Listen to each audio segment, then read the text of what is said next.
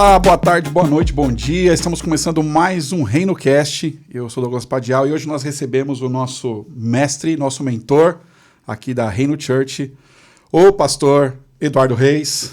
Muito bom, Tudo pastor. bem, Douglas? Tudo bem, meu querido pastor. É uma honra estar aqui mais uma vez com você e com esse nosso público incrível. É isso aí. E hoje... Galera que tem acompanhado nosso trabalho, que está inscrito no nosso canal, uma galera incrível, sempre deixa seus comentários, curte, deixa like. E eu quero aproveitar para dizer para você que está assistindo pela primeira vez o ReinoCast, que você se inscreva aí no canal, ative o sininho para você receber as notificações todas as vezes que a gente postar um vídeo novo. E também quando a gente entrar ao vivo, né? Que a gente entra muito ao vivo por causa dos cultos lá da Reino. E o podcast aqui hoje promete ser um pouco quente, hein? Vai esquentar. O Douglas veio aqui hoje... Não, a gente estava conversando no sábado no almoço, aí eu fiquei pensando, o que nós vamos falar, né? Pensei, daí eu mandei uma mensagem pro pastor uma meia-noite mais ou menos. Pastor, tô pensando em falar desse jeito. Ele falou, bora? Vamos? Ele, bora! Então vamos para cima. Então, vamos começar então é o seguinte. Esses últimos tempos nós tivemos algumas polêmicas com relação a algumas coisas.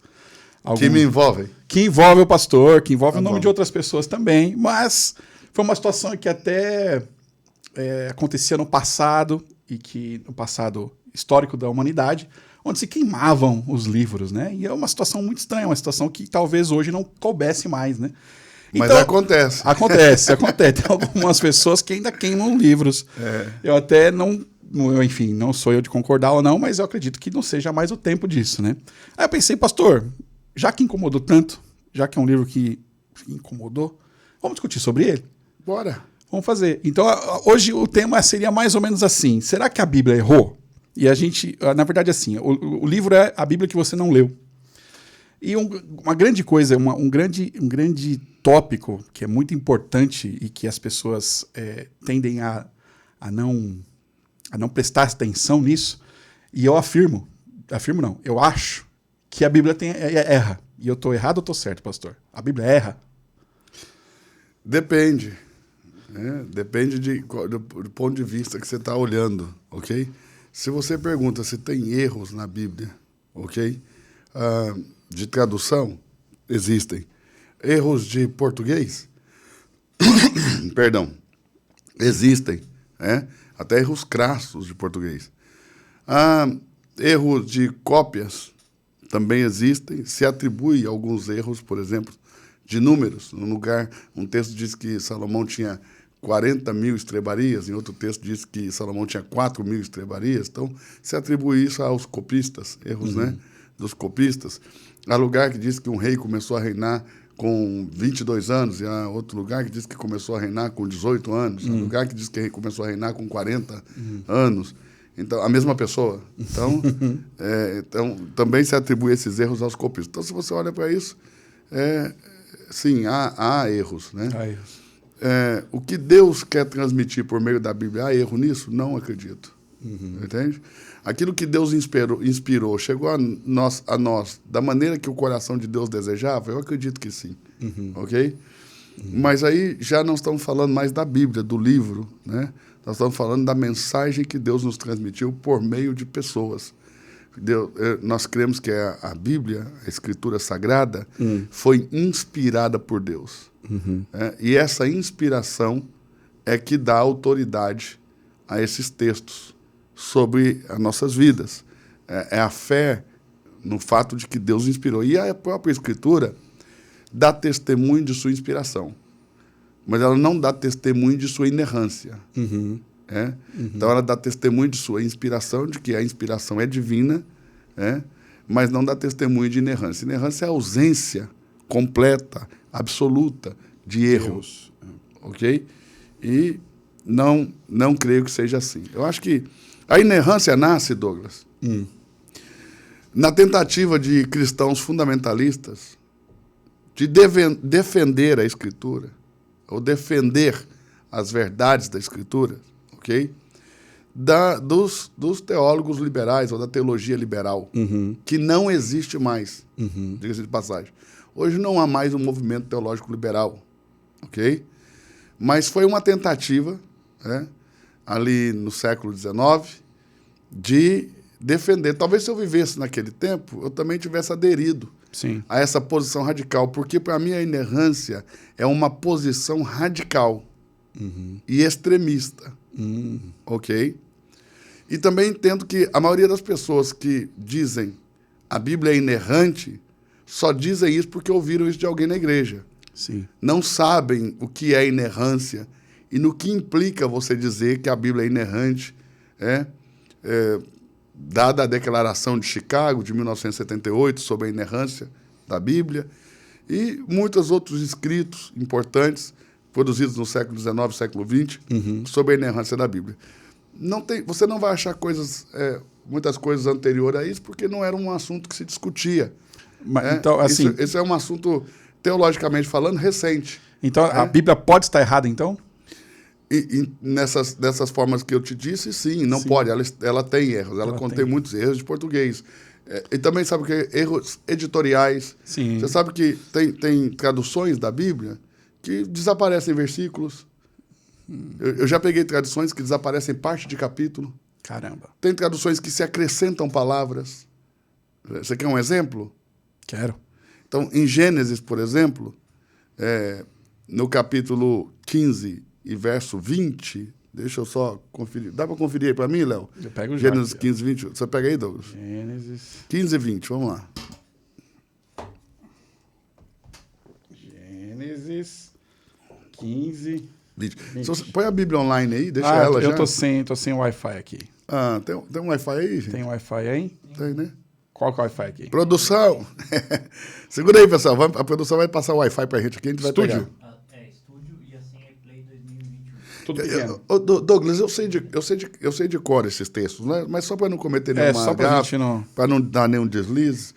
Né? Vamos esperar que a internet chegar.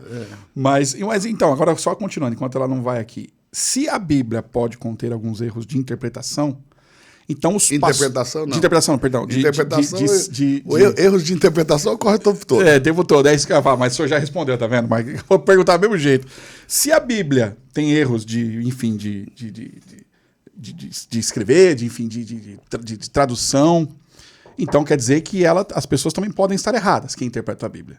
Porque assim, por que eu estou dizendo isso? Ok, se eu interpreto a partir de uma tradução errada, eu posso chegar numa interpretação errônea. Acontece muito. Acontece. Sim, acontece. Esse texto aí que eu vou te mandar, por exemplo, ele pode gerar uma interpretação errônea por causa de um acréscimo. De um acréscimo que, se você pegar a Bíblia na língua original, lembrando que não existe os escritos originais. É isso que eu ia falar também. Eu perguntava as Existe o texto na língua original. Ok?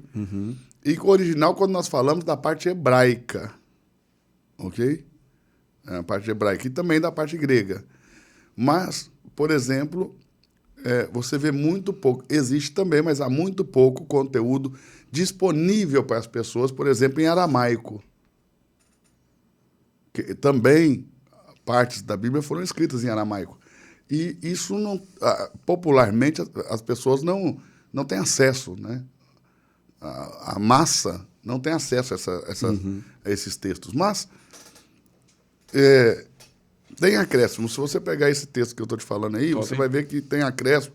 Às vezes acrescentam, às vezes tiram. É o 15? 15 e 20. 15 a 20? Não, só o 20, o verso 20 do capítulo 15. Então, peraí. Gênesis capítulo 15, verso 20. Vamos lá. Achamos aí. E o Eteu, e o Perizeu, e os Serafins. É isso? Capítulo 15. Versículo 20. Não, então é 14, 20, vê? Deixa eu ver se é 14. Olha para você ver. 14, 20. E bendito seja o Deus Altíssimo. 14, 20. Vê aí, escapa. E eu sei de como, às vezes, depois do Covid, então, o que eu tenho, assim, errado de texto, assim, antes você sabe que eu decorei o Gênesis, né? Decorou o Gênesis? Eu já recitei os 50 capítulos. Então, mas olhe bem, depois do Covid, cara, eu não tô achando mais interessante, eu não lembro nem os nomes das pessoas que trabalham comigo. Fiquei assim. E bendito seja o Deus Altíssimo, que entregou os teus inimigos nas tuas mãos. E Abraão deu-lhe o dízimo de tudo. Pois então, no texto em hebraico, o nome Abraão não aparece. Foi acrescentado aí. Entende? Entendi. Um acréscimo é um erro? Na sua opinião? Na minha opinião, é. Então, se um acréscimo é um erro, aí já tem um. É. Porque o nome Abraão aí não. Como que nós sabemos que é Abraão? Porque nós, os cristãos, diferente dos judeus, que lemos o Novo Testamento, temos lá em Hebreus o texto, do capítulo 7, que diz que no encontro de Abraão com Melquisedeque foi Abraão quem dizimou. Então, com base no que está escrito lá, eles acrescentaram aqui. Isso pode, torcida? Isso Claro pode? que não. Isso pode, pessoal? Opa! Quem tá aí, pode? Isso pode, não pode, universitário? Respondam. Não pode, mas fizeram. É. Entende? E assim por toda ela. Se você abrir as traduções diferentes, você vai ver que às vezes um versículo lá do final do capítulo 12 de Apocalipse pulou para o capítulo 13. Então, tem Bíblia que o Apocalipse 12 vai até o 18, tem Bíblia que só vai até o 17. E lembrando que capítulos, versículos, também isso não existe nos escritos mais antigos. Isso foi acrescentado. Alguém teve a ideia de colocar os capítulos, ok? Para melhorar a leitura, e colocou o capítulo. Se você puxar no Google aí, você vai pegar o nome de quem criou essa ideia dos capítulos. Depois veio outro e criou a ideia dos versículos. Para facilitar o ensino teológico, mas capítulos, versículos não existia. São acréscimos também, entende? Que facilitam o ensino, facilitam. E traduções muitas. Por exemplo, Mateus 19:9. Vamos buscar. Opa. Mateus 19:9. Vou te dar um exemplo, tá?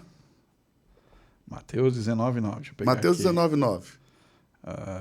Mateus 19:9.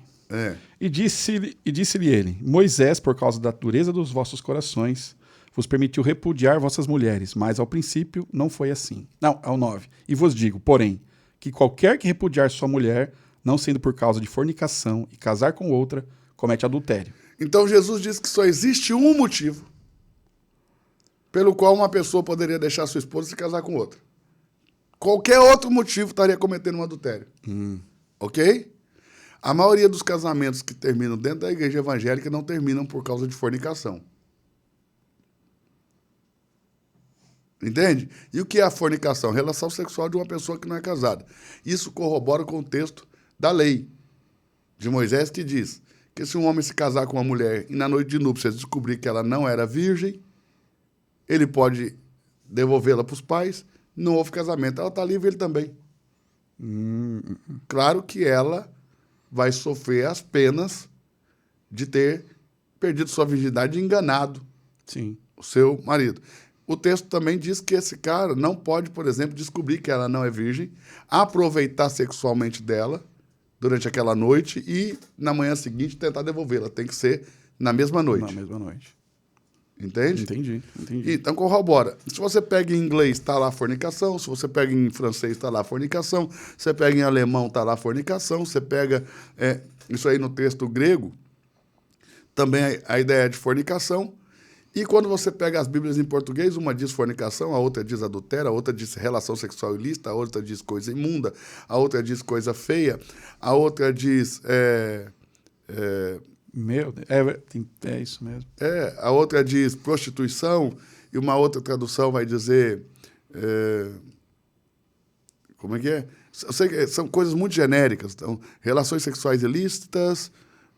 que não exprime exatamente o que estava Não, presta atenção. palavra. São conceitos diferentes, né? Claro. Ou seja, adultério é uma coisa, prostituição é outra, fornicação é outra. Poxa, não é a mesma coisa, não são sinônimos. São coisas diferentes. Se só existe um motivo, como é que você vai traduzindo... Colocar outros 2, 3... Não, 10, né? Tem 10. Ok, eu acredito que o motivo que poderia permitir um novo casamento seria a fornicação. Sim. Entende? Eu acredito assim. Entendi. No caso de você casar com a mulher e descobrir que ela te enganou. Ok? Qualquer outro motivo, eu entendo, se você termina um casamento e casa de novo, comete adultério. Ok? Então todo mundo que está no segundo casamento tem adultério? Eu até acredito que Deus dá às pessoas a oportunidade de recomeçarem suas vidas. Deus é um Deus de novos começos. Eu acredito assim, Moisés, quando quebrou as pedras da lei, ok? Deus deixou ele recomeçar, só que em vez de Deus lavrar e entregar para ele é que teve que lavrar para Deus poder escrever. Mas Deus permitiu um novo começo. Sim. Ele não deveria ter quebrado as pedras da lei, ainda que o povo se folgasse daquela maneira, junto ao bezerro, aos pés do bezerro de ouro. Sim. Ok? Sim. Então, Deus é um Deus do nosso começo. Deus pode deixar? Pode. Era errado casar com a mulher cuxita, que Moisés casou com uma etíope? Ok? Era errado. Ele tinha que casar com mulheres do seu povo. Ele mesmo entregou a lei. E ele mesmo descumpriu a lei. Miriam e Arão meteram o pau nele pelas costas. Quando Deus desceu, defendeu ele.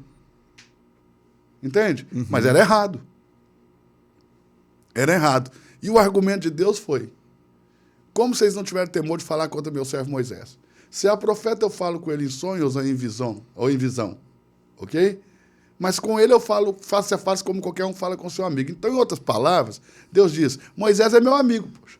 Vocês não tiveram medo de falar dele. Mas se não tiver temor, amigo, é meu amigo. Então, veja, há uma concessão para os amigos de Deus? Não sei. Ok? Eu só sei que Deus permite pessoas fazerem isso, recomeçarem suas vidas. Ok? E há pessoas que Deus não permite, vai saber. Deus é um Deus pessoal, ele lida com cada um de uma maneira única, ok? Então vai que Deus te permitiu recomeçar a sua vida. Se você falar para mim, olha, eu separei, Deus me permitiu, ou Deus me instruiu a casar de novo, eu te respeito, mas isso não é regra, é exceção. Porque, por regra, nós cristãos devemos casar uma vez só. Perfeito. E não é, né? E quando diz lá, por exemplo, que o ministro, o líder, o bispo, seja marido de uma só esposa, não é uma de cada vez, poxa. É uma mesmo, poxa. Do começo ao fim. Não, uma de cada vez, presta atenção. É uma mesmo, do começo ao fim. Entendeu? Da sua vida. Os caras entendem uma de cada vez, poxa. Entendeu? É uma mesmo. Então, assim, ainda que houvesse uma possibilidade de um cristão casar de novo, essa possibilidade para o ministro é escancaradamente vedada, proibida. Sim. Ele foi privado dessa possibilidade, o ministro, de um segundo casamento. E, em contrapartida, nós vemos muitos ministros no segundo casamento. Sim, muitos. Ok? Muitos dos que são fundamentalistas, radicais, ortodoxos com a doutrina, mas eles só são ortodoxos quando convém. Bum. É verdade, só são ortodoxos quando convém, só são fundamentalistas quando convém. Não tem aquela bombinha que você coloca aí. Pô! Mas eu estou falando alguma coisa errada? Não, perfeito. Me corrige, pô. Agora, uma coisa assim que... Assim, vou perguntar. Fala que eu estou errado, pô. Uma coisa... Fala que eu tô errado e mostra. Poxa, fala que não é essa a realidade da igreja no Brasil. Exatamente. Okay? Uma coisa... Não da igreja, perdão, deixa eu colocar de novo. De muitos ministros da igreja. Vamos tocar na igreja, não, que a igreja é santa. Uma coisa assim, pastor, Você entendeu já ou não? Perfeitamente. Então aí tem erros de tradução, porque só existe uma possibilidade. Se você me disser que a palavra aí é adultério, o que é o adultério? A relação sexual de uma pessoa fora do casada casamento com qualquer outra pessoa que não seja seu cônjuge. Sim. Ok? Sim. Isso é diferente de prostituição. O que é prostituição? Relação sexual com paga. Isso é uma aberração. Porque, olha bem, se fosse essa palavra prostituição, o que nós estaríamos dizendo? Se a minha mulher me trair e cobrar do cara, eu posso largar ela e casar de novo. Se ela não cobrar, não é prostituição, é safadeza mesmo, vou ter que ficar com ela.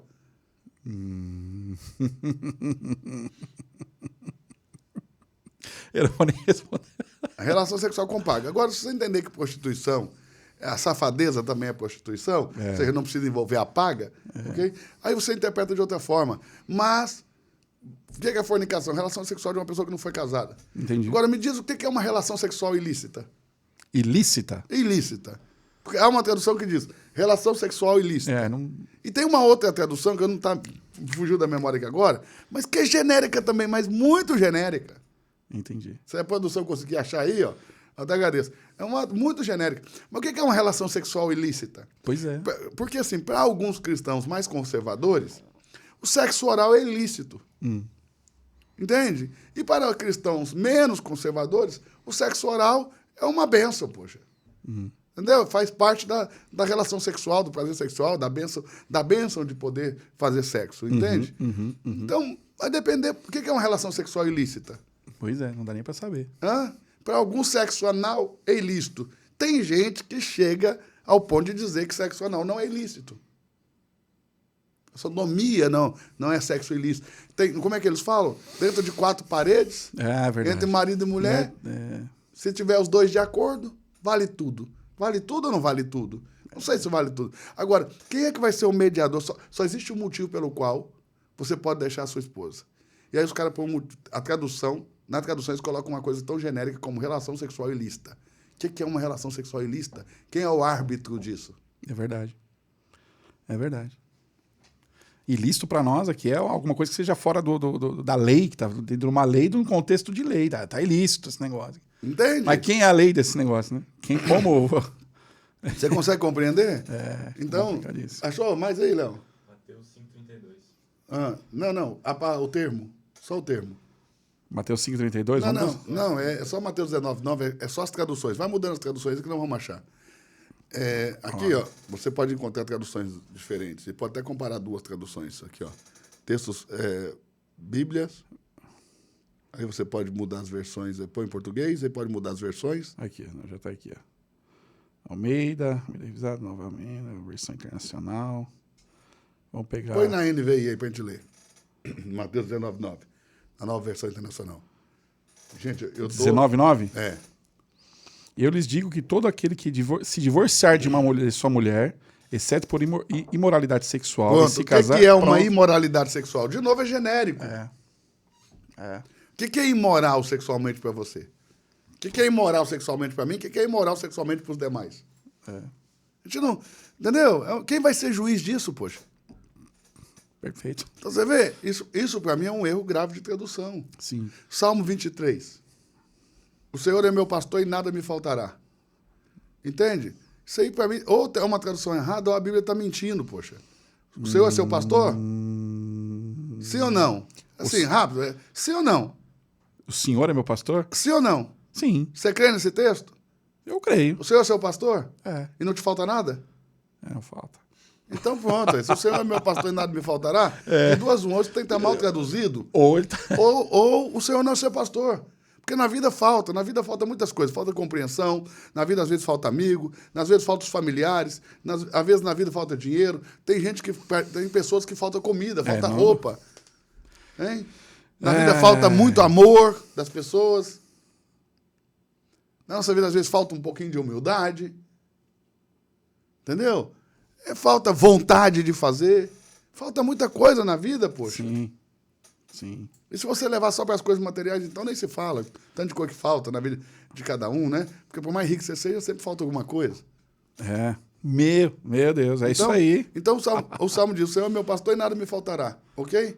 A palavra aí, traduzida por nada, é lo. Lo em hebraico é não. Então o que seria melhor? Qual que é a ideia do Salmo? Deveria ser, na minha opinião, sei que tem gente que tem opinião diferente, eu estou colocando a minha opinião e quero me fazer valer do direito de falar o que eu tenho que falar. Porque o que acontece com o evangélico brasileiro? Quando ele não concorda com alguém, ele quer calar o outro. Exatamente. E é isso que não pode. Exatamente. Entende? Eu tenho o direito de falar o que eu penso e você tem o direito de discordar. Exatamente. Mas eu tenho que ter o direito de falar o que eu penso. Sem ser cerceado, porque o pensamento religioso nesse país, até então, é livre. O artigo 5º da Constituição Graças a Deus que a gente nos tá no Brasil, garante liberdade no pensamento religioso. É. Então, você pensa o dia que você quiser pensar, e eu penso o dia que eu quiser pensar. Então, na minha opinião, segundo o que eu vejo, o que eu entendo, ok? É que o brasileiro, o evangélico principalmente, quando alguém discorda dele, ele quer calar o outro. Sim. Não tente me calar. Discorde, poxa. É seu direito. É direito Agora, de discordar. não tente me calar e nem mude a questão do argumento para a pessoa, porque eles fogem do argumento e, em vez de confrontar o argumento, começam a atacar pessoas. Começam a me atacar pessoalmente. Porque você é preto, porque você não é loiro, porque você nasceu não sei na onde, porque você é da igreja tal, porque você é da doutrina tal. E eles começam a querer te taxar, te rotular, entende? Então se você pensa assim, você é liberal. Mas que dia que eu falei que eu sou liberal? Saiu isso Nem existe teologia liberal.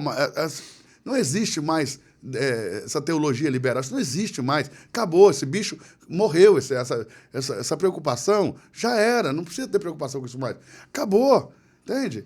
Agora, vamos voltar a esse ponto. Num texto, diz que Salomão tinha 40 mil estrebarias. Quer buscar aí? Bota lá. Vamos lá. Qual texto? Ó, se eu não me engano, eu acho que eu tenho até aqui, ó. Eu tenho isso salvo aqui, só pra gente já buscar os textos mais rápido. Se tiver salvo, fica mais fácil. Deixa eu ver aqui, peraí. Se tiver salvo, fica bem mais fácil. Eu tenho uma outra questão aqui que me veio nessa nossa conversa agora. Olha aqui, vamos lá. Abre aí para você ver. 1 Reis 4:26. Perdão. Gente, perdão, viu? Eu tô um pouco resfriado, tô com o peito cheio, mas não sai nada. Eu já tô tomando xarope para ver se consigo eliminar isso aí. 4:26. Salomão possuía 4.000 cocheiras para cavalos de carros de guerra e 12.000 cavalos. Estrebarias, ok? Cocheiras e estrebarias. Agora vai lá em 2 Crônicas 9:25. Ah, mas tem explicação para isso. Para tudo tem explicação, gente. Agora, se você vai engolir ou não é outra coisa. Explicação tem, poxa. Agora, para mim é um erro. Salomão possuía Pra 4.000 você não for um estábulos para cavalos e carros e 12.000 cavalos, dos quais mantinha uma parte... Já caiu aí, já. Vê? Já foi. 4,40. Entende? Então, vamos pegar aí. Pega na revista atualizada. Tradução revista atualizada. Vamos ver. Bíblias. Ou a revista corrigida. Pega aí outra tradução. Atualizada. Aqui, ó. Abre aí. Segundo Reis, segundo livro dos Reis, capítulo 8, verso 26. 8, 26. Isso. Segundo Reis, 8. 26. Aqui não tem, nesse aqui, ó. Tem sim. Tem 25, 29. Ah, tá aqui. Era Acasias, de 22 anos de idade, quando começou a reinar e reinou 1 ano em Jerusalém. Sua mãe, filha de Omri, e rei de Israel, chamava-se Atalia. Ok. Segundo Crônicas, capítulo 22, verso 1 e 2. Segundo Crônicas, 22, verso 1 e 2. 1 e 2. Os moradores de Jerusalém, em lugar de Jeorão, fizeram rei a Zacarias, a Acasias, seu filho mais moço, porque a tropa que viera com os arábios ao arraial tinha matado todos os mais velhos. Assim reinou Acasias, filho de Jeorão, rei de Judá. Era Acasias de 22 anos de idade quando começou a reinar o reino de 1 ano em Jerusalém. Muda a tradução agora. Qual que a gente vai pegar aqui? Pega qualquer outra. E vê esse mesmo texto. Vamos ver. Vamos pegar a NVI. Pode pegar a NVI, a revista corrigida, qualquer uma. O povo de Jerusalém proclamou Acasias, filho mais novo de Jeorão, rei em seu lugar, uma vez que as tropas que vieram com os árabes haviam matado todos os outros filhos dele. Assim começou a reinar Acasias, filho de Jeorão, rei de Judá. Acasias tinha 22 anos de idade quando começou a reinar. Troca, e vamos reinou... para outra tradução. Vamos lá. Você vai ver o que vai acontecer. Você tá vendo que tá falando 22, certo? Uhum. Vai ver o que vai acontecer. Vamos achar uma outra aqui. Se pegar aqui... Aí, ó. Almeida corrigida. Aqui. Era de idade de 42 anos quando... Bum. Então, uma tradução diz 22, a outra diz 42. Isso é erro ou não é erro? Opa! É erro ou não é erro? É erro. Tem explicação. Tem explicação. Para tudo tem explicação. Poxa, agora se a explicação convence ou não, aí já é outra história. Sim. Ok? Outra história. Então, assim, o erro é do copista, não é de Deus. Mas eu nunca atribuí erro a Deus. Uhum. Entende? Essa polêmica começou por causa de um livro, você sabe. Por causa de um livro. De um livro. Que o Pablo Marçal, você já conhece o Pablo Marçal, todo mundo já conhece, o Pablo Marçal é agora candidato a presidente da República, então nem se fala, está mais conhecido do que... O Pablo Marçal e eu somos 2 provocadores. Sim. E a gente sempre se provocava nas lives. Ele me provocava, eu provocava ele, entende? E nasceu a ideia da gente pegar essas provocações e pôr num livro. Uhum. Então, mas a minha vida é muito corrida, eu ainda estava na itinerância, viajando para lá, para cá. O Pablo também é outro, né? Elétrico, que acordava 4 horas da manhã, ia dormir meia-noite, entende? Então nós fomos gravando áudio um para o outro, mandando. E esses áudios ele mandou para uma pessoa que escreveu, passou isso para a escrita, para o papel, e ele mandou publicar porque nós tínhamos um evento que tinha o nome que foi dado ao livro, a Bíblia que você não leu. Né? Qual é a ideia? As pessoas leem a Bíblia de forma superficial. Então, qual que é a Bíblia que você não leu? A Bíblia lida com atenção, com calma. É só essa a ideia, não é nada... entendeu? Pastor, agora mudando um assunto rapidinho. Ok, mas só para concluir aqui. Sim. Aí, o Pablo, ele é muito executor. Sim. Ele é executor ao máximo, né? Eu já sou criativo, eu gosto de criar, eu gosto de pensar, eu gosto de enxergar no futuro, mas o Pablo é executor. O que o Pablo fez? Antes de corrigir o português, para dar tempo de chegar no evento, ele mandou publicar o livro. Mas já no início do livro a gente já fala, né? Não tem pretensão nenhuma teológica, nem de doutrinação da igreja. É uma provocação.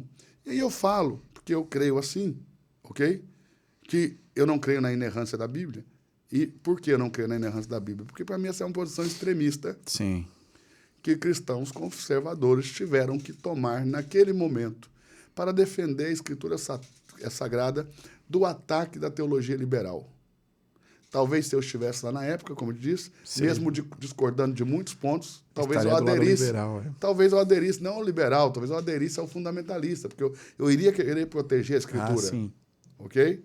Mas hoje não faz mais sentido. Nem a doutrina da errância, que para mim é outro extremo, entende?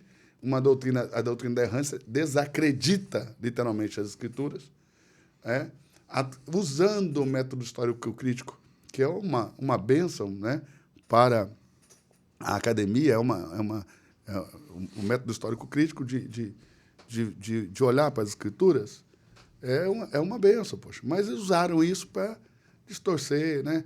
O N.T. White até escreve bastante sobre esse método histórico-crítico, né? Debaixo dessa visão histórico-crítica. Mas, olha bem, usaram para desacreditar. Então, essa doutrina da errância para mim é um extremo, inerrância para mim é outro extremo. E eu te garanto que a maioria das pessoas que falam que a Bíblia é inerrante, se você começar a mostrar para eles os pontos que determinam o que é inerrância, ele vai dizer, não concordo com isso, não concordo com isso. Ou seja, ele não sabe o que é inerrância. Sim.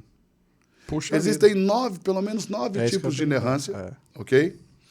Esses 9 tipos de inerrância foram catalogados pelos batistas do Sul, lá nos Estados Unidos, os americanos. E uma das maiores autoridades do mundo, vamos dizer assim, uma das maiores autoridades do mundo sobre inerrância bíblica é D.A. Carson. E ele usa a palavra inerrância como sinônimo de verdade. A Bíblia é inerrante porque a Bíblia é verdadeira. Bom, aí, se você usar assim, mas se você pegar o pé da letra, o que é inerrância, ausência de erro, aí não dá para dizer. Agora, se você quiser, a Bíblia é a verdade, ou a Bíblia é verdadeira, é um texto inspirado por Deus é verdade, então o que Deus fala é verdade, então o que Deus transmitiu é verdade, portanto a Bíblia é verdade. Bom, aí não tem discussão. Sim. Mas você tem que usar a palavra inerrância como sinônimo de verdade. Então diga a verdade, poxa. É verdade. Vai dizer inerrância só para você defender o seu orgulho fundamentalista. Entendeu? Tem que colocar o boom ali. Eu tenho que colocar. Na próxima a gente tem que colocar assim, colocar uma explosão. Uma sirene. Uma sirene. Pastor, agora uma coisa. Sim. A Bíblia, em física, as palavras podem conter erros. Ok, sim. A mensagem pode conter erro? Depende da mensagem de quem, né? Então, não sei. Porque tem isso também. E pode também... Erro é uma palavra muito forte. Mas há textos... Equívoco. Não, há textos na Bíblia que não são oriundos do próprio Deus. Mas Deus, por algum motivo, permitiu que esses textos estivessem ali. Nem tudo que está na Bíblia foi Deus quem disse, poxa.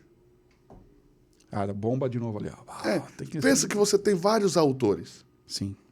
Que escreveram em épocas diferentes, em países, nações diferentes, em culturas diferentes, ok? Em estilos literários diferentes. A Bíblia é cheia de poesias, ok? Ela é cheia de histórias, ela é cheia de parábolas. Sim. Então, há vários estilos literários distintos. Há verdadeiras epopeias na Bíblia, entende? Então, é muito, como vou te dizer, inocente, entende? Alguém achar que tudo que está ali foi Deus que disse, como se ele tivesse ditado. Pega aí uma caneta e vai escrevendo. Ok? E eu te mostro isso simples aí. Quando Paulo, apóstolo, diz assim, ó, agora falo eu, não o Senhor.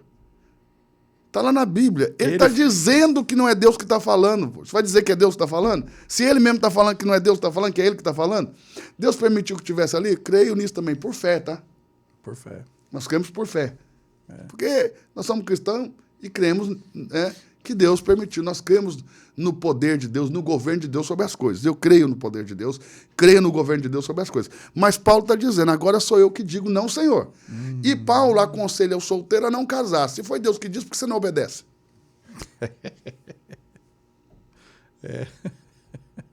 Porque você entende que isso aí é o pensamento de Paulo. Então, na hora que convém, é o pensamento de Paulo. Na hora que não convém, é Deus. É muito bom assim, né? Não, Convém. Amanhã não convém mais tanto. Você consegue entender ou não? Sim. Não. Porque, então, mas aí, né, então, vamos falar para os solteiros, não casem.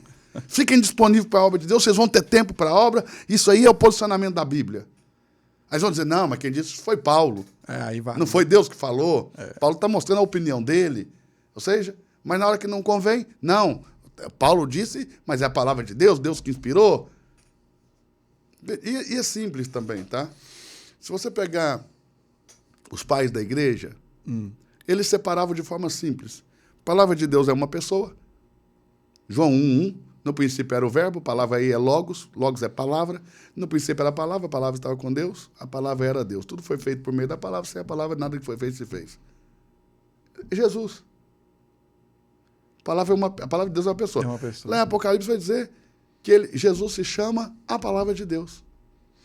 Então, a palavra de Deus é uma pessoa. Se você pegar os pais da igreja, a patrística, e começar a ler a patrística, você vai encontrar isso por todo lado. Ok? A palavra de Deus é vista como uma pessoa e a Bíblia como escritura sagrada. Inspirada por Deus, fiel, digna de toda aceitação, mas escritura sagrada. Sim. Ok? Sim. E a palavra de Deus uma pessoa. Eu discordo disso. Tudo bem. Tudo bem, poxa. Tudo bem, mas é assim que é visto nesses últimos 2000 anos. Mas a gente é protestante, a gente vê diferente. Também, mas o protestantismo nasceu há 500 anos, poxa. A igreja tem 2000. Entende? Mas eu não posso trazer da outra igreja, então joga a Bíblia fora, porque a sua Bíblia veio da outra igreja. Então joga fora. E aí você pegou o cânon, que a Igreja Católica Apostólica Romana preparou. Quando nós protestamos, vamos dizer assim, eu não estava lá, nem me considero um reformador, nem longe disso, nem perto disso, né? Perdão, nem perto disso, aliás, longe disso, ok? E eles retiram ainda alguns livros, e há uma discussão aí de que Lutero queria tirar a Epístola de Tiago também no Novo Testamento. Porque Tiago fala de obras, de salvação por obras, segundo alguns especialistas. E Lutero queria deixar o cânon coerente com a ideia da salvação pela fé. Então, muitos estudiosos afirmam que Lutero tentou tirar a Epístola de Tiago e não conseguiu. Olha. Ok? Mas, ou seja, um livro inspirado não seria inspirado se Lutero tivesse conseguido tirar mais um dos que já tinham sido tirados. Então, ou seja, é uma coisa que não dá para a gente discutir assim, de maneira tão simplória. Não, entende? Tem que ir a profundo. Mas quando eu disse a Bíblia não é inerrante, nesse áudio que eu gravei, que foi transcrito, ok? Eu estava falando disso. Estava falando de erros de tradução, erros de português, erros de números, erros de informação geográfica, erros de informação científica. Ok? Porque, por exemplo, a Bíblia diz que o sol parou. É possível que o sol pare? Creio que não. Então, pronto, é a Terra que está, pelo menos assim, creem as pessoas que estudaram sobre o tema. E nos ensinaram. E assim, crê a ciência. É. Ok? Que é a Terra que está girando em torno do seu próprio eixo e girando ao redor do Sol. Não é o Sol que está girando ao redor da Terra. E a Bíblia diz que o Sol parou. Aí você vai dizer, não, mas o cara... Olha como que é a conveniência. Mas o cara não tinha esse conhecimento há 3.000 anos atrás. Concordo. Mas não foi Deus que inspirou? Deus não sabia? Então estava errado. Então, veja que, ainda assim? que Deus esteja inspirando, não anula-se a personalidade humana que está recebendo de Deus a inspiração.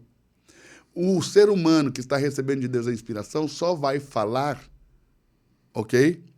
Dentro da sua limitação cultural, dentro da sua limitação de formação, de informação. Ele vai falar daquela realidade Do que contexto ele que ele vive É. e que ele conhece. É. Entende? Quando a Bíblia chama morcego de ave, essa é uma informação correta? É uma informação errada. Morcego é um mamífero. Okay? Ah, mas não havia sido catalogados os animais naquele tempo que Moisés escreveu. Ok? Tudo bem, mas Deus já sabia, foi ele que criou. Entende? Então veja que apesar de Deus inspirar, okay, o humano não é anulado. Posso pegar um gancho disso aí depois? Deve, fica à vontade. Então, assim, sempre tem uma vertente. O cristão hoje tem uma vertente. Por exemplo, há pouco tempo atrás, a graça era uma coisa assim muito forte. A graça, a graça, a graça, a graça. Mas cada pessoa fala de uma forma diferente. Então, porque Deus inspira. A gente acredita que Deus inspira todo mundo. E, por exemplo, as pessoas que estão na frente são os nossos pastores, são inspirados também para falar para a gente. Então, quer dizer, essa inspiração também pode estar errada. Essa absorção dessa inspiração, essa transmissão dessa inspiração pode estar errada também. Não, hoje nós temos, além da inspiração, a manipulação nos púlpitos, né? Hoje você tem manipulação, né? Se não tiver bom, eu vou fazer um martelo. Você não está falando só de inspiração e não inspiração, você está falando de inspiração e manipulação. Hoje você tem manipulação a partir do púlpito. E nem sempre com má intenção. Nem sempre com má intenção. Às vezes, com boa intenção, a gente manipula as pessoas. Sem querer. Querendo. Sem querer, querendo. Porque, por exemplo, agora a gente está falando da igreja relevante, né? É uma coisa que a Reino tá... Desistiu da inerrância? O endereço, desistir da inerrância, porque é um papo muito forte aqui. Depois a gente fala mais da inerrância. Mas, só para fechar. Existem 9 tipos de inerrância. Pois é, então vamos falar dela, cada uma delas. Quer que eu falo de cada uma delas. Vou colocar aqui para você. Se quiser me mandar aqui, eu já subo aqui para eu ler também, para eu acompanhar o senhor. Deixa eu só ver aqui, porque eu creio que isso está nos meus arquivos aqui. Peraí. Aqui, ó. Inerrância, vai lá. Primeiro, ditado mecânico. Segundo, inerrância absoluta. Terceiro, inerrância crítica. Quarto, inerrância limitada. Quinto, inerrância qualificada. Sexto, inerrância nuanced. Sétimo, inerrância funcional. Oitavo, inerrância irrelevante, ou inerrância irrelevante. E a inerrância como autoridade bíblica. Então, aqui, pelos batistas do Sul, catalogados 9 tipos de inerrância diferentes. Cada um desses crê diferente na inerrância. Sim. Mas, basicamente, vamos pegar o ditado mecânico. Quem crê na inerrância como ditado mecânico, que é a principal forma de inerrância e que a maioria crê, diz, afirma, e você pode pegar a declaração de Chicago que está dizendo isso, que Deus ditou a Escritura. Você acredita que Deus ditou a Escritura? Então pronto, você não pode mais falar que você é inerrante, porque é uma das bases da declaração. Nós declaramos que... Pois é. Entende? É o chamado ditado mecânico. Sim. E tem gente que vai ler essa declaração e fala assim, não, aí não está dizendo que Deus ditou. Aí nasce uma outra forma de inerrância. Sim. E tem gente que vai dizer, não, Deus ditou. Deus ditou para o autor. Para os centenas de autores. Você não acha que é uma afirmação radical? Louco, 100%. Mas é a afirmação dos fundamentalistas para defender a escritura da teologia liberal. Né? Para defender da teologia liberal, quer dizer, para se defender de um extremo, você vai para outro. O que eu estou dizendo, e quando eu digo isso, é só propor um caminho. Não quer dizer que eu vou acertar em tudo, que eu estou certo em tudo que eu estou falando. Não é isso. Eu estou buscando só um caminho de equilíbrio. Qual que é o problema disso? Do meio. Qual que é o problema disso? Qual que é a dificuldade disso? Sim. Eu nunca disse que a Escritura, a Sagrada, não veio de Deus. Nunca disse que não é a verdade. Nunca disse que não foi inspirada pelo Senhor. Só digo que ela não é errante. Qual que é o problema disso? Isso também na minha opinião, não digo que isso é uma verdade para todo mundo. Claro que não. Claro que não. Mas tem coisa que é meio óbvio, né, gente? Tem coisas que são óbvias e ponto. Mas o óbvio tem que ser dito, como alguém me disse. Eu acho que isso é muito, muito interessante, né? A gente fica pensando, né? É óbvio. Mas tem gente, né? Agora Vamos mudar de assunto. Mudar de assunto, que foi muito. Agora, esse aqui, a gente tá falando da igreja relevante. Estamos falando da igreja relevante nesses dias. A igreja. E realmente. Acabamos lá na Reino uma série de mensagens sobre a igreja relevante. Acabamos agora na última quinta-feira. Uma palavra que o Bispo Júlio falou, que foi a relevância é medida pelo impacto que você causa nas pessoas. Né? Não pela quantidade de pessoas, enfim, dentro de um culto, por exemplo, mas o impacto que causa. E uma coisa que eu tenho que dizer assim, eu digo sem nenhum medo de dizer, é que uma coisa que eu vejo é que na Reino, ou em outras igrejas, tantas outras, né, que a importância da pessoa, do ser humano mesmo, de impactar a vida dele. Porque uma vez que você impacta a vida daquela pessoa, ela vai impactar mais outras, aquelas vão impactar mais outras, e logo o mundo vai ser um mundo melhor, ponto. Os hoje, céus na terra. Quando você fala de relevância, você está falando de like. Eu tenho aqui 7 Quando você fala de relevância, você está curtidas. falando de visualização. Quando nós falamos de relevância, nós estamos falando de relevância na vida das pessoas. Ser relevante como igreja na vida das pessoas. Fazer que as pessoas sejam mais importantes que coisas. Ok? Esse é o nosso objetivo. Sim. Entendeu? Sermos relevantes na vida das pessoas. Termos credibilidade com as pessoas como igreja.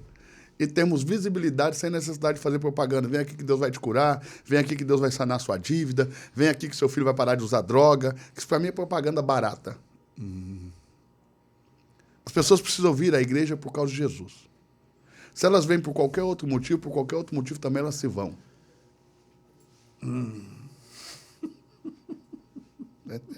É isso. É isso. Agora da questão da relevância. As pessoas precisam vir à igreja por causa de Jesus. Se elas não vêm por causa de Jesus, por qualquer outro motivo, elas também vão. Vão embora. Se vêm por causa de Jesus, permanecem com Jesus até o fim. Isso é importante da gente ter em mente, né? Obrigado, produção, pela aguinha. Você vai para a igreja. Ô, produção, vou pedir para você me servir de água também, produção. Você vai para a igreja, quando você olha para as pessoas, você vai se dar mal. Porque as pessoas erram. Assim como até na própria Bíblia as pessoas erraram. Por que elas não errariam dentro de uma igreja? E detalhe, Deus, para ser Deus, não precisou esconder as debilidades humanas. Ele as expôs na escritura que ele inspirou. Entende? Quem tenta defender a ideia de que a Bíblia não contém erro, quer ajudar Deus a ser Deus. Se Deus não precisou esconder as debilidades do homem para ser Deus, por que eu vou pensar que se a Bíblia tiver um erro, seja de tradução, seja de uma afirmação científica, seja de números, seja por uma informação geográfica, uma informação histórica, por que Deus vai ser menos Deus? Por quê, né? Porque se Deus estivesse interessado em vender uma ideia para a gente de que ele precisa que a gente seja certinho para que ele seja Deus, ele ia esconder o adultério de Davi, ia esconder os erros de Abraão. Você entende ou não? Ia esconder os erros de Jacó. Ele não fez isso, poxa. Não escondeu as fraquezas dos seus discípulos, né? Jesus não escondeu a fraqueza dos 12. Deixou lá. Você acha que Deus, na sua liderança, e Jesus, na sua liderança, teve alguém que o traiu, poxa. Se eu quero vender uma ideia, eu vou mostrar que todo mundo concorda comigo. Todo mundo então o você Instagram. vê que Deus não está interessado em vender ideias. Deus é quem ele é e ponto final. Será que Jesus, no Você tempo entende de ou não? hoje, ia ter um Instagram bonitinho? Você entende? Se o Novo Testamento for editado de uma maneira que a gente pudesse entender que Deus é Deus e é perfeito por causa da edição do Evangelho, entende? Esse Deus nos ia deixar com a pulga atrás da orelha e ia ser um Deus que ia levantar muitas suspeitas e desconfianças. É verdade. É verdade. Quanto mais humano eu vejo os autores das Escrituras, mais divino e poderoso o Deus que eles pregam. Minha opinião é essa. Perfeito. Eu falei porque da relevância, porque num dos capítulos do livro aqui, o senhor fala dos canalhas da Bíblia. Né? Do arquétipo do herói. Claro, lembre-se que isso é uma provocação. É uma provocação, mas justamente nós estamos aqui para provocar. Claro, não é só porque o cara pega um livro desse que tá achando que isso aí é o livro da catequese da igreja evangélica, pô. Vai não dormir, é, gente. Vai ler a Bíblia. Vai dormir. Vamos estudar a Bíblia. Entendeu? Mas... Uma provocação, um negócio para levar o cara a pensar. Exato. Qual que é o nosso... Por que nós fizemos isso aí, eu e o Pablo? Simples, poxa. O brasileiro, o que ele sabe de Bíblia... Eu tô falando... Quando eu tire... Tá? Os que estudam, remova. Eu estou falando de forma genérica e da maioria. A maioria, porque quem estuda é a minoria, ok? A maioria, tudo que sabe, aprendeu de ouvir falar, não foi de ler. Eles entram na unção do papagaio e não pensam. Então a ideia aí é provocar para o cara pensar. Por mais estúpida que seja a forma dele ver ou o pensamento, que ele acha que seja estúpido, ou sei lá, ou que isso seja algo bobo, entende? Mas que ele pense, que ele comece a pensar, que ele comece a construir seu próprio pensamento acerca de qualquer coisa. Por que é que você tem que ser uma maritaca que repete tudo que os outros falam? É só isso. Prefeito, vou até abolir esse assunto aqui, vou até passar para o próximo, que eu acho que é muito interessante. Só sair dessa unção do papagaio e começar a pensar. Pensa, dá a sua opinião. Tá errado, tudo bem. Vamos encontrar o caminho para você acertar. Entende? Ou você, todas as opiniões que você deu na sua vida até hoje foram corretas. Você só dá a opinião correta. Claro, você não erra nas suas opiniões, você não erra na sua forma de ver as coisas. Eu erro o tempo todo, poxa. Sou ser humano.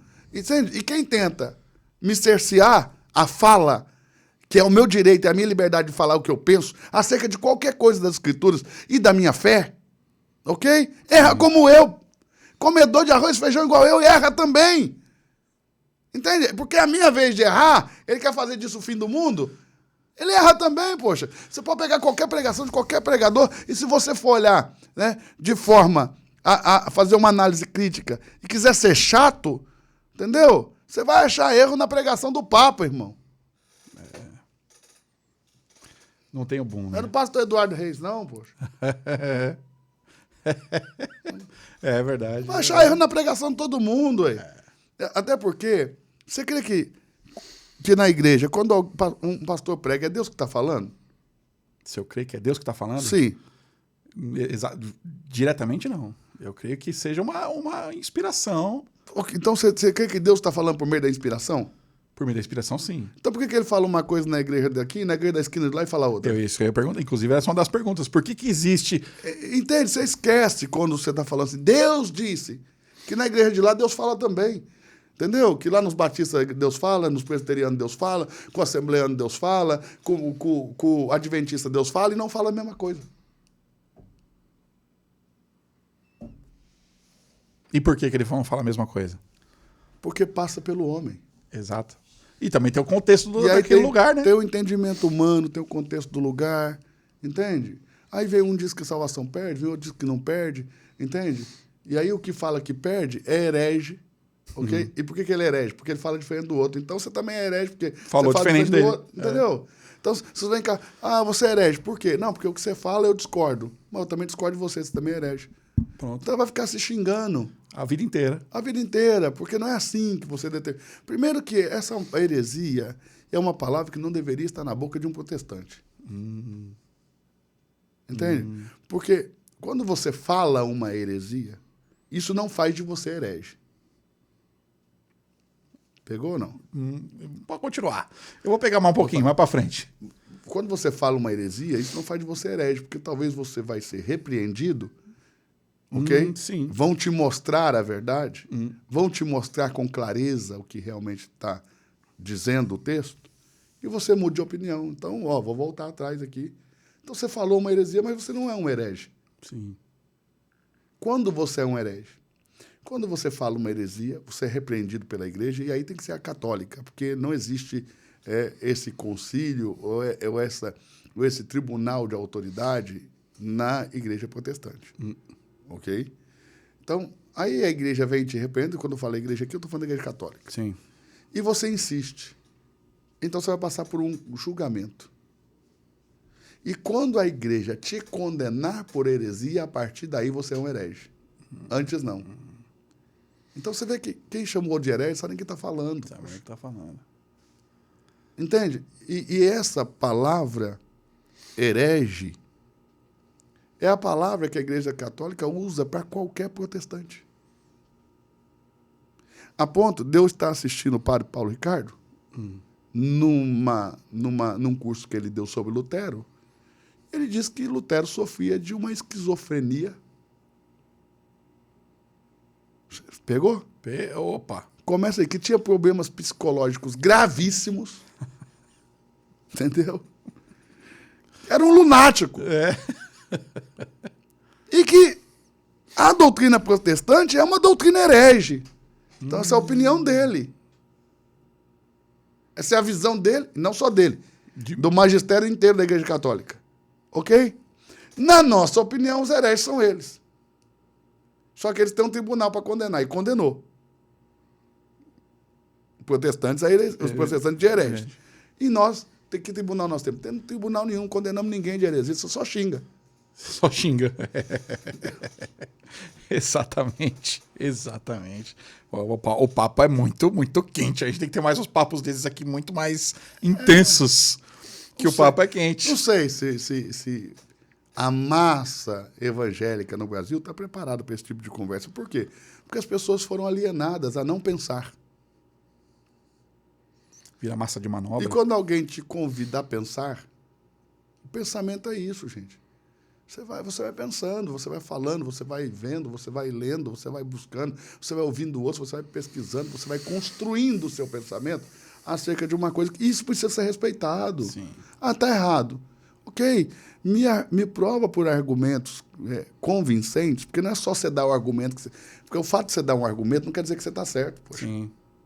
Tem argumento para tudo. Agora, dá argumentos que convençam. Tem argumento para tudo. Entende? E aí, pronto. Eu não tenho pretensão de que você passe a pensar como eu, porque eu te dei um argumento.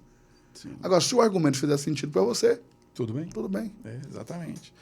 Jesus é coach, pastor? Porque a gente tem essa coisa do coach, né? O coach, eu conheço alguns coaches e a coach é assim, você tem um método onde você ensina a pessoa a executar. Você executa alguma coisa. Por exemplo, tem um problema em executar tal coisa. Fala, vamos lá, vamos conversar, vamos ter umas tarefas aqui, uns exercícios e tudo você vai executar no final, vai conseguir essa execução. Aí, lendo algumas coisas, a gente vê que Jesus é um executor também. Mas se você quiser romancear a coisa, Jesus é coach. Romancear, porque coach é um treinador. Jesus treinou pessoas. Sem sombra de dúvida. Treinou tanto que quando as pessoas falavam, essas pessoas que andavam com ele, quando eles falavam, diziam, você é da turma dele, porque você fala como ele. Então, veja, ele treinou. Então, nesse aspecto, romanceando sim. Agora, Jesus não tem nenhuma pretensão do desenvolvimento da velha natureza do homem. Jesus tem a pretensão de dar uma nova natureza, de fazer que o homem amadureça nessa natureza nova, para apresentar para Deus filhos maduros. É isso. Entende? Então, Jesus, romanceado, ou seja, olhando assim, da melhor perspectiva de Jesus como treinador de pessoas, você pode dizer que ele é um coach. Para mim, isso não vai mudar nada também. Não muda nada. Se você falar que ele é coach, não é coach, entende ou não? Para mim, o que importa é você descobre a identidade de Jesus na mensagem que ele prega. Então, descobrir essa mensagem é importante, porque essa mensagem revela a identidade dele. Da mesma maneira que, se você mergulhar na identidade dele, você vai compreender a mensagem. Porque essas duas coisas estão intimamente ligadas, profundamente ligadas, ok? Então, é necessário que você descubra a identidade de Jesus. Eu acabei de fazer agora uma série de mensagens sobre a identidade de Jesus no Evangelho de Marcos. Foi incrível. Eu acredito que era com isso que deveria estar se preocupando a igreja, com descobrir Jesus. Que daqui 10 anos, Jesus não seja uma mensagem ultrapassada, que nós cansamos de ouvir, mas tenhamos o mesmo entusiasmo, a mesma vontade, o mesmo desejo de falar de Jesus na igreja e que a igreja seja cristocêntrica. É uma dificuldade falar de Jesus na igreja de Jesus, gente. Poxa vida, ajuda. Ajuda. Vamos falar de Jesus, Tente pegar a referência. Outro dia eu assisti um culto de uma igreja muito renomada aqui no Brasil, um culto de quase 2 horas, entende? Eu ouvi o nome de Jesus poucas vezes numa canção. Ah, Não se fala mais de Jesus. Então, devolver Jesus para a igreja, Jesus como mensagem, devolver às pessoas o desejo de conhecer mais de Jesus e de conhecer mais de Cristo. Entende? Porque Jesus é a humanidade de Cristo e Cristo é a divindade de Jesus. Então, descobrir quem é Jesus, descobrir quem é Cristo, deveria ser prioridade para qualquer cristão. Para qualquer filho de Deus. E não é a prioridade. Se você vê as mensagens pregadas nas igrejas, hoje você vai ver que raramente é pregado sobre Jesus. raramente pregado sobre Jesus. Então, eu penso e trabalho para que Jesus volte a ser o centro da vida da igreja. Ponto. Ponto. Só falar uma coisa assim que agora me fez... Minha cabeça explodiu agora também de novo. Tudo bem que a gente já tem esse conhecimento, mas eu acho que eu vou perguntar porque eu quero essa resposta aí. O Jesus existe o Jesus homem e o Cristo, que é a divindade. Eu consigo, de alguma forma... Aliás, de qual forma eu consigo, ou qual o caminho que eu tenho que ter, ou qual que seria o melhor caminho se eu seguir, por exemplo, eu tentar... Porque a ideia, na minha opinião, do cristianismo é você tentar ser o mais próximo possível de Jesus. Tentar seguir o que ele faz, tentar, enfim. Do homem Jesus. Do homem Jesus. Mas e a parte santa dele, a parte Cristo dele? Não, Jesus como homem também era santo. Sim, mas existe um posicionamento. Ele, como homem, ele era um ser humano. Como se estivesse aqui agora, como é que ele se comportaria? Jesus é totalmente homem. Ok? Sim. Totalmente homem. Algumas pessoas dizem 100% homem e 100% Deus. Se você encher esse copo com 100% de água, sobra espaço para quê?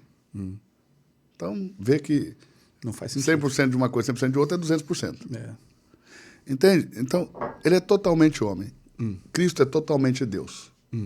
Cristo é a divindade revelada por meio do homem Jesus, no chamado processo de Jesus. Houve um processo na vida do homem Jesus para que Cristo fosse revelado. Entende? Qualquer pessoa se relaciona com Jesus, porque é um homem. Sim. Mas não é qualquer pessoa que se relaciona com Cristo. É isso que eu queria chegar. Era isso aí. A minha pergunta era para ser isso aí. Lá em Cesareia de Filipe, Jesus faz para os seus discípulos essa pergunta que nós nos fazemos até hoje, 2000 anos depois. Quem dizem os homens ser o filho do homem? Jesus. O filho do homem é Jesus. Jesus. E eles dizem, alguns dizem que você é Elias, Jeremias. Há uns que afirmam até, e essa afirmação foi de Herodes, que você é a reencarnação de João Batista. Ou algum dos antigos profetas. Aí Jesus muda a pergunta e diz, e vós? Quem diz que Não é mais o povo, vós. Quem diz que eu sou?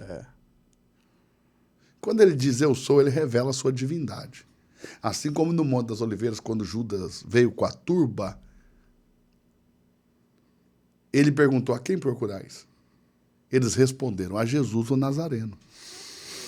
E ele disse, eu sou. Quando ele disse eu sou, todos caíram de uma só vez. Ele podia ter ido embora ali, caminhando ali, sem passar no meio de todo mundo embora. Mas aí ele parou, devolveu a orelha que Pedro arrancou do servo do sumo sacerdote, se entregou, porque ele deu a vida, ninguém tirou dele. Ele se entregou.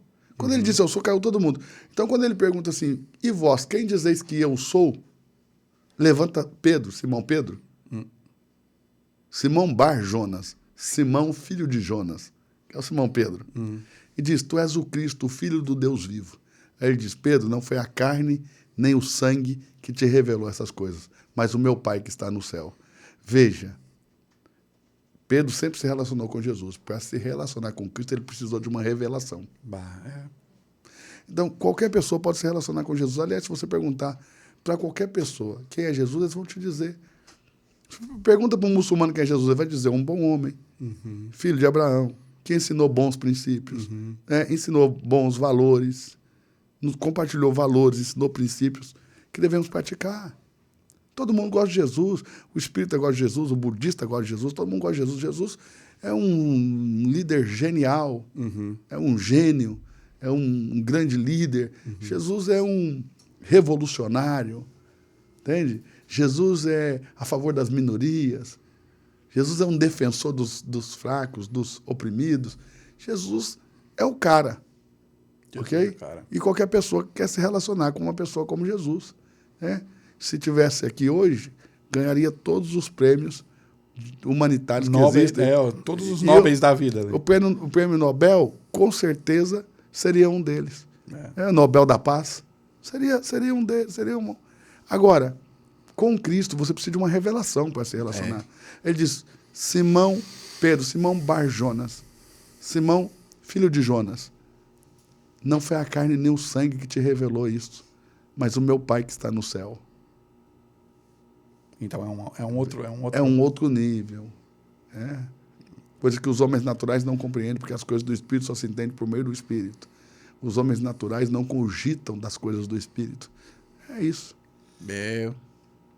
Tem conversa pra isso aqui, hein? Não dá muita conversa. Tem conversa pra isso aqui. Pastor. Eu tô vindo aqui só pra aprender, porque o negócio é muito doido. Eu aprendo muito com você também, rapaz. Só se for pra comer bem. Aprendo muito com você. Vamos lá. Comer bem. Pastor, eu acho que pra finalizar, vamos tentar finalizar aqui. Sim. Bom, a gente falamos sobre, enfim, a resposta no sentido de que nós precisamos ter a nossa... Nós temos que ter a Bíblia, temos que ter o Deus como centro, mas a gente pode ter a nossa opinião sobre as coisas, certo? Sim. Né? A gente pode ter... E é livre, nós somos livres para fazer, para falar o que a gente... Desde que a gente também não saia também, né? Se a gente verdadeiramente vive numa democracia, e se a Constituição Nos permite, né? realmente é a nossa governante suprema, porque do povo emanou o poder para constituir todos aqueles escritos, para ser construída toda a Constituição, e se ela é a nossa governante máxima, ok? Então, nós somos livres. Nós somos livres. Porque o artigo 5º da Constituição nos garante a liberdade no pensamento religioso. Exatamente. Nós falamos sobre isso, falamos sobre a relevância da igreja, falamos sobre Cristo.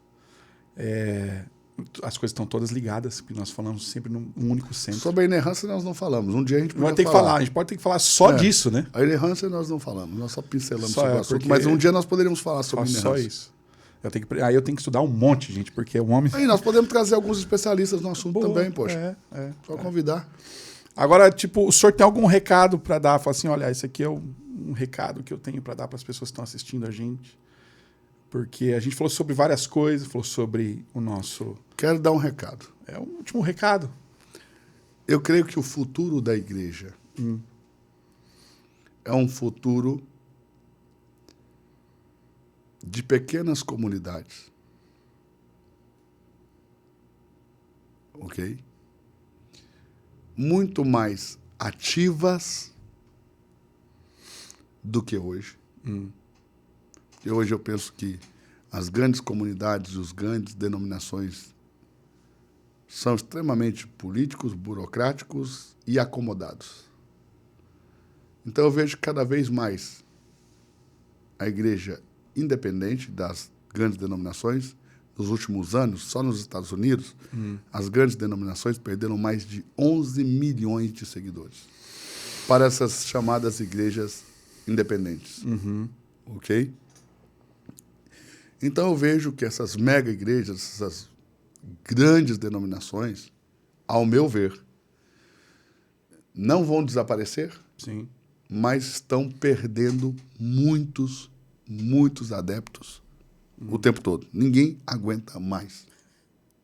A politicagem, a corrupção, entende? A burocracia e a forma de fazer igreja da maioria, não todas, da maior parte, das grandes denominações. Então, eu vejo que a igreja vai, sim, crescer em pequenas comunidades, muito mais engajadas, as pessoas mais engajadas, tomando para si mais responsabilidade para com a proclamação do Evangelho do Reino de Deus. E que essas pequenas comunidades serão como pequenas tribos. Vamos voltar lá para a época de Moisés, dos levitas. Só que tribos muito fortes na sua identidade, Perfeito. na sua cultura. Penso que a igreja, ela no futuro tende a ser mais cultural do que sistemática, mais cultural do que hierárquica, no sentido dessa pirâmide hierárquica, né, que vem lá o apóstolo, Sim. depois o profeta, e vai vindo ali os diáconos e todo mundo. Essa questão mesmo de império, ela vai ser menos império, mais cultural. Total sentido. Menos imperial, mais cultural. E essa cultura de igreja tende a ter Jesus como centro.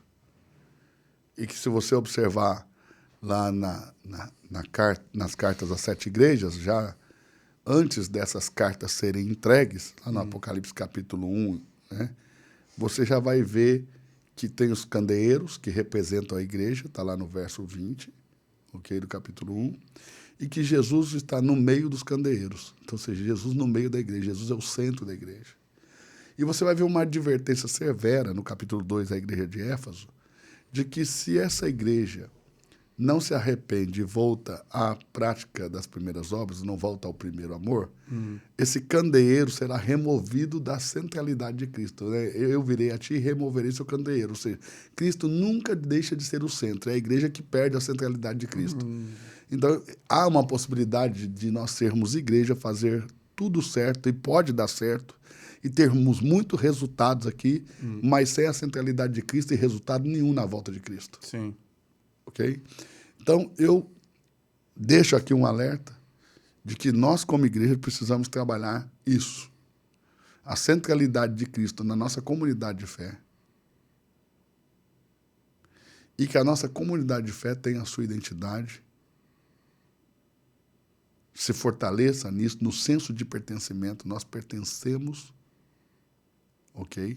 A essa comunidade de fé, porque recebemos o Espírito Santo. Com ele a vida eterna. Recebemos o dom celestial, o dom do Espírito Santo, o dom da vida eterna, o dom celestial, fomos feitos filhos de Deus. E agora, nessa comunidade que Deus me permitiu estar, preciso amadurecer como filho, para governar com Cristo quando ele vier, como poderoso Filho do homem sobre as nuvens, com poder e grande glória, para governar o mundo por 1000 anos. Como diz em Apocalipse capítulo 5, verso 10, nós somos feitos reis e sacerdotes e reinaremos sobre a terra com ele. Uau! Inclusive, teve uma semana que o senhor falou de Apocalipse que mudou minha vida. Meu Deus, só esse livro já, meu Deus. Ó, eu só tenho a agradecer, pastor. Quem é Jesus? Quem é Jesus? Ao meu ver, Jesus é o Messias, o ungido, o escolhido de Deus. Mas a sua messianidade não é real por causa da sua descendência real e davídica. Mas ele é Jesus, o Messias, porque foi revestido do Espírito Santo, empoderado pelo Espírito Santo, para primeiro se tornar arauto do reino de Deus, pregador do reino de Deus.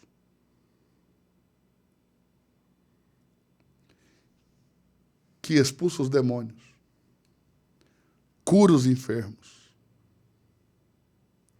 e até mesmo aos gentios não judeus estende o seu ministério. E o mais importante, deu a sua própria vida em favor de muitos e voltará como o glorioso Filho do homem. Eita. Esse é Jesus. Amém. que sofreu na sua paixão, Poxa. morte, ressurreição e ascensão. Sua paixão, ele sofreu na sua paixão, como poucas vezes um ser humano sofreu. Foi morto, crucificado, sepultado, ressuscitado por Deus, não ressuscitou a si mesmo, porque é homem. Mas uma vez que Deus o ressuscita já como Cristo, sua divindade na máxima expressão, para já a glorificação. Foi assunto ao céu, está à destra da majestade nas alturas, aguardando até que seus inimigos sejam colocados debaixo de seus pés, para voltar glorioso, como o glorioso Filho do Homem, assentado sobre as nuvens, com poder e grande glória, para fazer a sua grande colheita. Uau. É isso. É isso. É só isso. É só isso. Meu, Tem mais coisas, né? Tem Mas não muito dá mais tempo. coisa, muita mais coisa. Então, eu acho, eu tô aqui, como que é? Abalado. Abalado. E ele falando no meu Eu tô olho, eu vou feliz. só tomando um... Eu tô feliz. Eu também. Eu tô feliz com essa oportunidade da gente ter esse espaço. Espero que as pessoas que assistam e ouçam Entendo. compreendam que a gente precisa ter um espaço para falar o que a gente quer, falar o que a gente pensa, independente do que os outros vão pensar ou dizer, e que essa opinião, que essa visão fosse respeitada, ainda que confrontada ou criticada, mas com o devido respeito. Entende? E se não chegarmos a um acordo de pensamento, que convivamos bem pensando diferente, por que não? Por que não? É isso. Uau. É isso. Muito bem. Eu que agradeço a oportunidade de estar aqui. Deus te abençoe. Amém. Então, meus queridos, até a próxima. Nós vamos fazer uma série de lives conversando com o pastor aqui, com outros convidados. Série de podcasts. Série de live, podcasts, exatamente. Podcast, live conversando não. com o pastor aqui, com os outros convidados, onde nós vamos falar sobre Cristo, igreja, Bíblia, futuro. Bíblia e muitos mais. E muito muitos mais. assuntos mais. Podíamos fazer também um podcast sobre as coisas que estão acontecendo no mundo Maravilhoso. evangélico brasileiro, né? Porque o mundo evangélico brasileiro é um mundo à parte do restante dos evangélicos do mundo, entendeu? Só pra gente... É verdade. O evangélico, o cristianismo evangélico brasileiro é o único no mundo, tá? É o único no mundo. Então, é um mundo, papo e é um profundo. mundo à parte. Vamos lá. É um papo profundo pro próximo. Bora. Então é isso aí, meus queridos, meu povo de Deus. Até a próxima. Até a próxima. Deus abençoe a todos vocês. Amém.